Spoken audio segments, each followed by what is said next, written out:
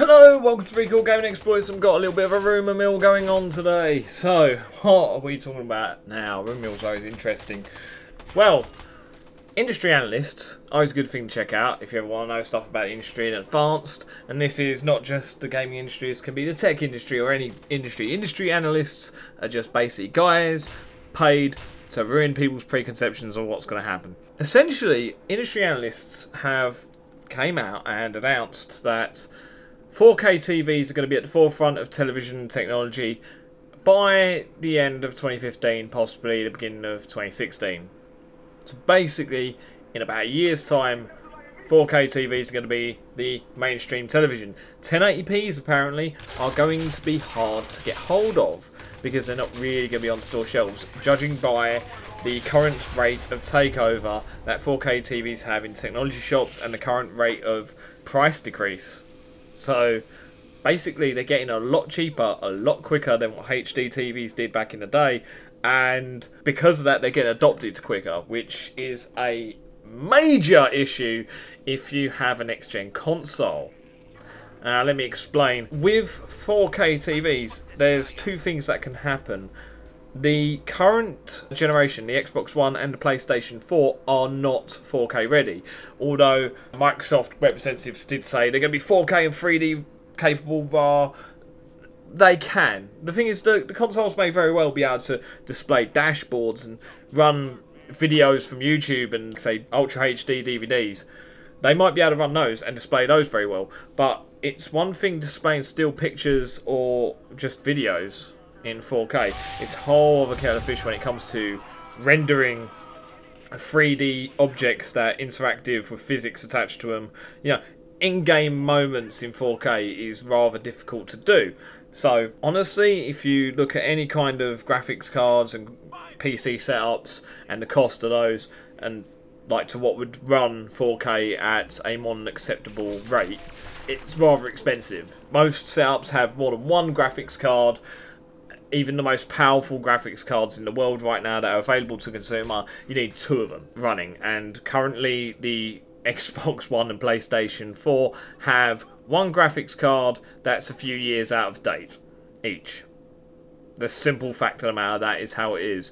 My graphics card absolutely annihilates the Xbox One and PlayStation 4, for example. Just how it is. They're not going to be able to run games at 4K. So this is where the problem arises. See, with 4K coming to the forefront so soon and everyone investing in that, there's two things that could happen. One, they're not even sure whether they can up-res sub 1080p, which is what they're running now, like 900p, 720p, which is what the console's running now. They can get 1080p on occasion, but it's never at 60 frames per second. It's always at 30, which is not really acceptable. You can't expect to get 4K at 30 frames if you can barely, maybe, scratch 1080p at 30 frames. It's just common sense there. So they're going to have to try and upscale the images to 4K, which is what they did with 720p to 1080p, because the original like Xbox 360s and PlayStation 3s, they were HD ready, but they weren't HD, and pretty much all the games on there are running at 720p. They don't know if it's even possible to upscale the resolution to 4K from 1080p, or lower than 1080p. They don't know if it's possible. But if it is, and you are upscaling to 4K, which is great if they can, awesome. But if they do, then the extra processing power on the TV side of things is going to cause input lag from what you're doing in control to what's actually happening on the TV. So anyone who plays a multiplayer first-person shooter is going to tell you that input lag is a nightmare. If you ever have any kind of lag issue online or any form of input lag, then it causes utter nightmares to occur on screen. There's just moments you've reacted to them, the game hasn't registered, you've died, it happens over and over and over again, and it's going to frustrate gamers. So, I mean, what if they can't upscale? Well, the fact is, the TVs, they will run the games, but they probably won't take up the entire screen. Basically, you'll get a shrunken image in the middle of the screen, that's pretty much it. Bit like when you try and watch really old TV shows on your current HD TVs, you sort of get the sides cut off. I mean, I'm going to put a picture up that shows the difference between DVDs, 720p, 1080p and 4K right now, and just see the size differences. old school TV shows, which are like not even the right aspect ratio. I'm just quoting industry standards here. 16:9 for the average TV right now is your aspect ratio, but the old CRTs were 4:3, so it'd be like watching an old 4:3 video image on your 16:9 telly. I'm not being funny, but that's gonna irritate quite a lot of people quite quickly.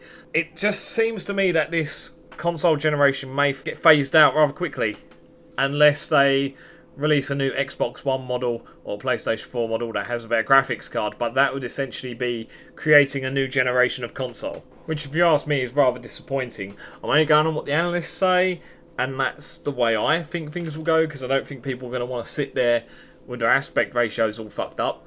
But it's kind of disappointing, because I've got friends that are asking me, oh dude, when are you going to get an Xbox? Because I have a lot of friends on Xbox One.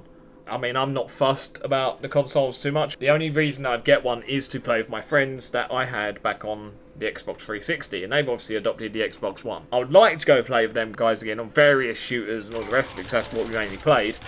But I don't think that I'm going to invest in a console that may be phased out within the next 2 years, or at least begin to be phased out within the next 2 years. That would just be a poor investment choice to make, in my opinion. So I'm going to wait and see on that one. I really am. Because there's no way I can justify spending £300 odd, not including games, on a console that's only going to last me like 2 years. It's one thing when they die on you due to hardware failure, which happened to me 5 times with the Xbox 360.